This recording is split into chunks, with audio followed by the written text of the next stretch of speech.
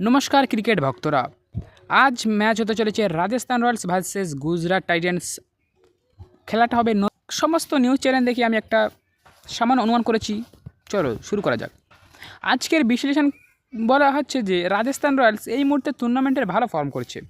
Gujarat Titans তাদের প্রথম match হারে শুরু করেছিল, আর আজ তারা ঘরের মাঠে বাউন্স ব্যাক করার চেষ্টা করবে। অনেক ক্রিকেট এক্সপার্টরা আরকে একটু বেশি ভেবেছে, কারণ তাদের ব্যাটিং লাইন আপ বিপজ্জনক এবং গত ম্যাচে তারা জোরে শুরু পেয়েছে।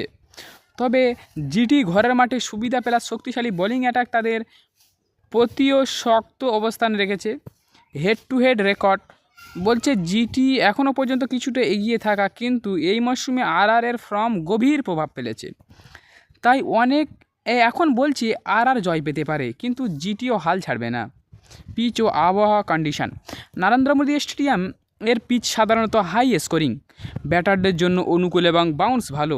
এখানে মাঝে মধ্যেই পেসিস্টদের নতুন বলে সাহায্য থাকে।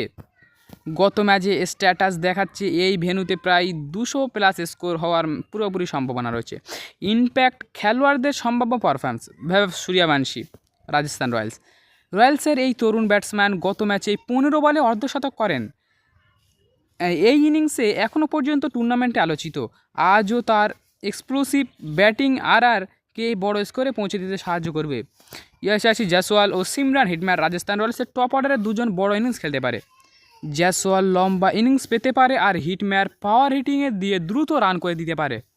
শুভমান গিল ও জস বাটলার গুজরাট টাইটান্স এর ব্যাটিং শক্তি হিসাবে গিল ও বাটলার খুবই গুরুত্বপূর্ণ। গিল ব্যাটসম্যানদের এনচোরেজ করে ইনিংস বাড়াতে পারে, আর বাটলার ফাস্ট স্কোরিং দিয়ে রান গড়াতে পারে বিশেষ গুরুত্বপূর্ণ ওভারগুলোতে। বাসিত কৃষ্ণা, কাগিসো রাবাডা এবং মোহাম্মদ সিরাজ জিটির বোলিং আক্রমণ ঝুঁকিপূর্ণ নয়। প্রাসিদ কৃষ্ণা ও রাবাডা পেস অ্যাগ্রেসি আক্রমণ চালাতে সক্ষম এবং নতুন বলের সময় ক্লিয়ারলি উইকেট ম্যাচের গতি বদলে দিতে পারে। ম্যাচের মূল ফ্যাক্টর উচ্চ স্কোরিং পিচ, ব্যাটিং সুবিধা অনেক বেশি, তাই বড় রান হবে সম্ভাব্য। আর এর গত ফর্ম রয়্যালস নতুন টুর্নামেন্টে আত্মবিশ্বাসী শুরু পেয়েছে।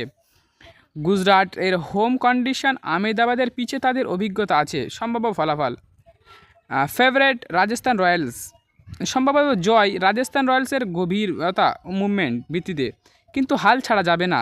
তাদের পেস বোলিং ও হোম পিচ সুবিধা টেনে দিতে পারে। গুজরাট তাই বলেছেন। সমস্ত কিছু বিশ্লেষণ করে সব কিছু নিখুঁতভাবে দেখার পর একটাই মনে হচ্ছে যে রাজস্থান রয়্যালস এই ম্যাচটি জেতার সম্ভাবনা 90%।